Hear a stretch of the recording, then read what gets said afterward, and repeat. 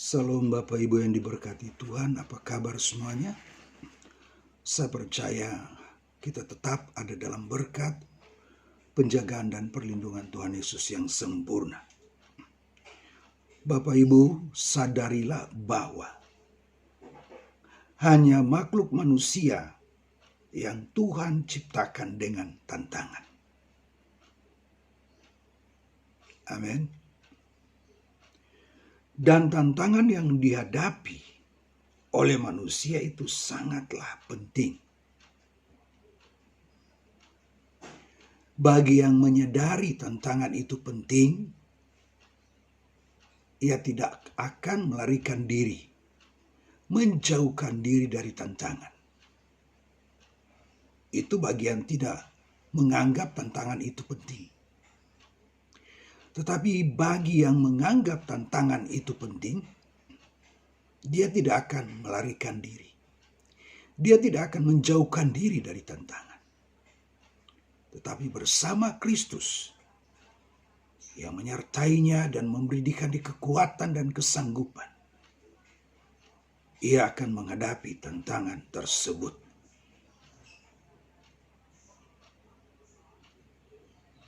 Dikatakan sangat penting tantangan yang harus dihadapi oleh manusia.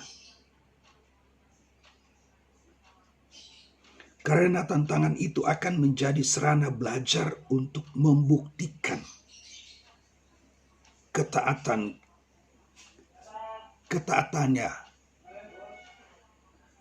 pengabdiannya, penghormatannya, karakternya, nasib kekalnya, sinerginya dengan Allah. Jadi tantangan yang kita hadapi hari ini jangan dianggap enteng, jangan dianggap sepi, dan tidak mau mengindahkan. Karena tantangan yang kita hadapi itu merupakan mata pelajaran, ya. Mata pelajaran kurikulum untuk mendidik kita. Tantangan itu sebagai bahan ajar yang dipakai oleh Allah. Untuk apa? Untuk membuktikan ketaatannya. Jadi ketaatan kita kepada Kristus juga harus dibuktikan. Dan Yesus telah membuktikan. Dia anak tetapi belajar taat dari setiap penderitaan yang dialami. Nah, itu kan pembuktian. Amin. Ini kan sekolah kehidupan. School of life.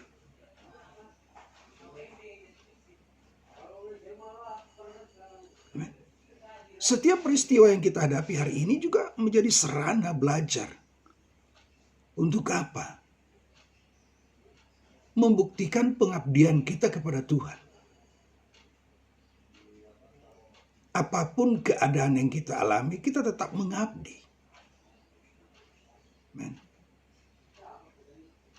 Dan Alkitab katakan manusia tidak boleh mengabdi pada dua tuan, pada Mammon dan Allah. Yang mana paling menguntungkan, ia akan tinggalkan yang satu dan mengabdi pada yang lain. Jadi kalau ada yang menganggap Mammon itu menguntungkan, ia akan tinggalkan Allah. Tetapi kalau Allah itu menguntungkan, ia akan tinggalkan Mammon. Tergantung dari kita bagaimana mengartikan kata untung itu. Kalau Mammon itu keuntungan finansial, keuangan, dewa. Ya kan? Nah, banyak orang tinggalkan Tuhan, kenapa?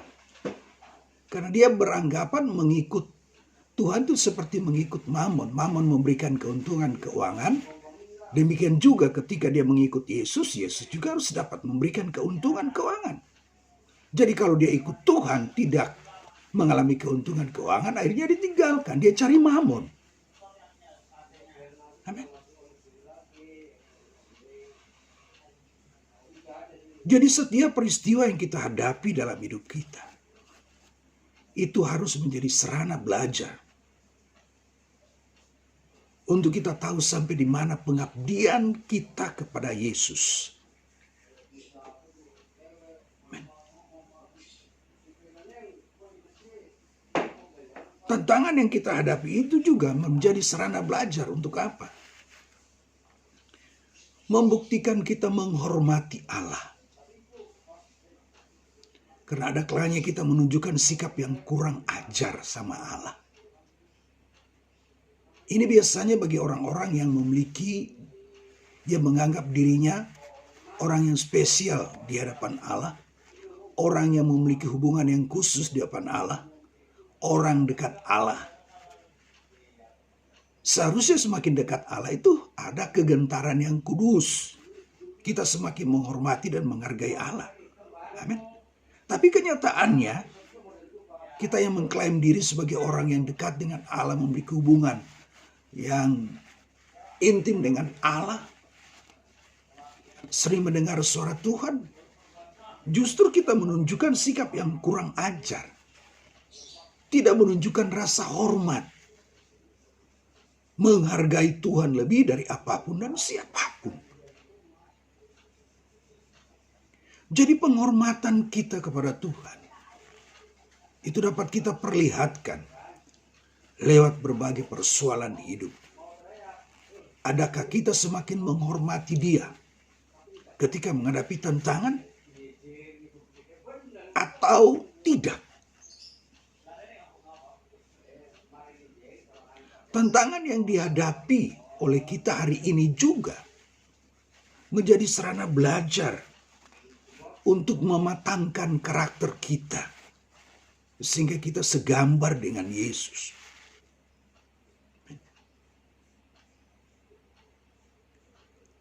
Karena fokus Tuhan bukan menyelamatkan ekonomi seseorang, bukan menyelamatkan kesehatan seseorang, bukan menyelamatkan usaha seseorang, tidak. Fokus Tuhan itu menyelamatkan karakter seseorang. Menyelamatkan karakter seseorang. Oleh sebab itu kita lihat ada kalanya, ada yang dibiarkan sakit dan sampai meninggal. Kenapa? Tuhan lebih tertarik menyelamatkan karakter dia. Ada yang mengalami kesulitan keuangan dan mungkin sampai bangkrut. Padahal itu juga orang percaya. Tetapi kenapa hal itu terjadi? Karena Tuhan lebih berfokus. Tuhan lebih tertarik menyelamatkan karakter dia daripada kesehatan dia, daripada karir dia, usaha dia.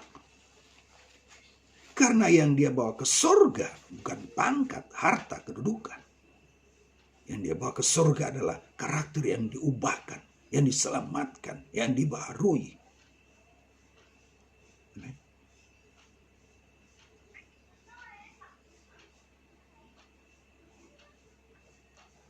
Juga menentukan nasib kekal kita.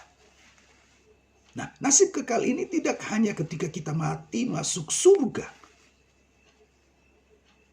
Oleh sebab itu kalau kita bicara tentang keselamatan, keselamatan itu kita mengalami keselamatan di bumi dan di surga dan di bumi. Keselamatan itu tidak hanya berbicara ketika kita ada di surga yang kekal, di rumah Bapa yang kekal, langit baru, bumi baru. Kita mengalami hidup yang tak berujung. Hidup yang tidak ada durasinya. Tetapi nasib kekal juga itu kita alami pada waktu kita ada di bumi ini. Pada waktu kita berada di bumi ini. Nah berarti mengalami keselamatan itu tidak hanya waktu kita mati dan kemudian ada di surga. Tetapi waktu kita hidup di bumi pun kita sudah mengalami nasib kekal. Yaitu apa? Karakter kita diubahkan, digarap. Allah mengembalikan manusia pada rancangan semula yang ciptakan. Itulah arti dari keselamatan. Dan ini berlaku di bumi. Allah perlakukan kita karena kita anaknya. Karena kita anaknya dia hajar, dia didik, dia latih, dia ganjar. Dengan tujuan apa? Supaya kita beroleh bagian, mengambil bagian, berpartisipasi di dalam kekudusannya. Amin, Bapak Ibu diberkati Tuhan. Tantangan yang dihadapi juga merupakan sebuah peluang bagi kita untuk bersinergi dengan Allah. Roma 8 ayat 28 berkata, kita tahu sekarang bahwa Allah turut bekerja dalam segala sesuatu untuk mendatangkan kebaikan bagi mereka yang mengasihi Dia, yaitu bagi mereka yang terpanggil sesuai dengan rencana Allah.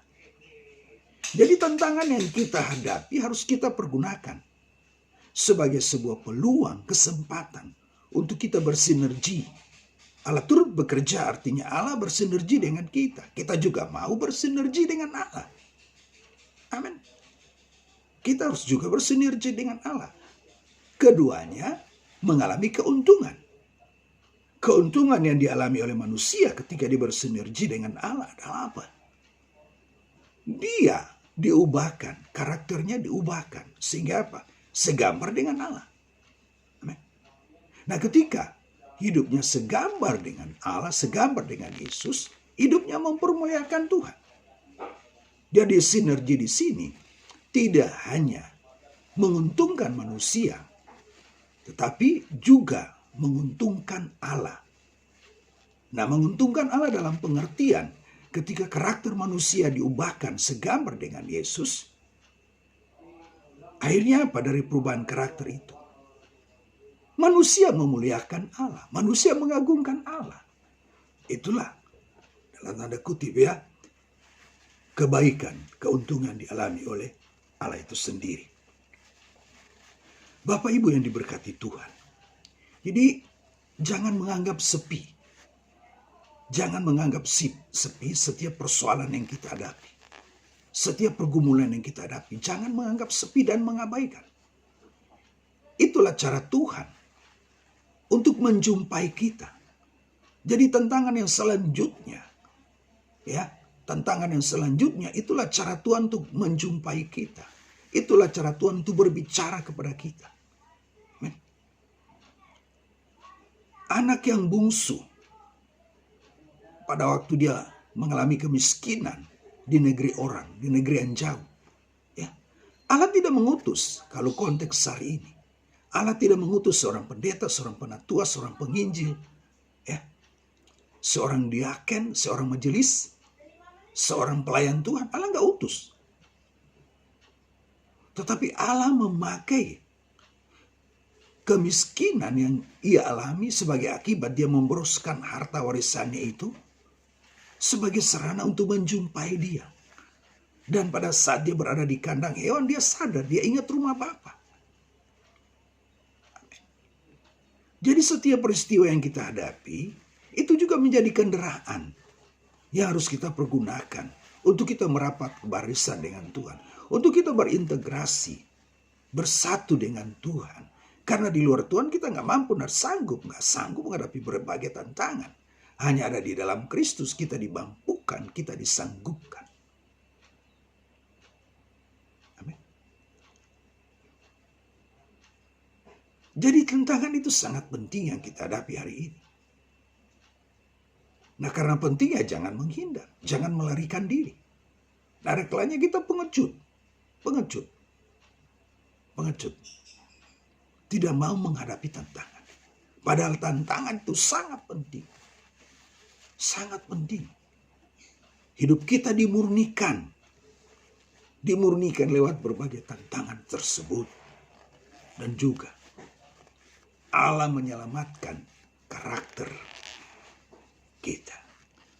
Amin. Tuhan Yesus berkati.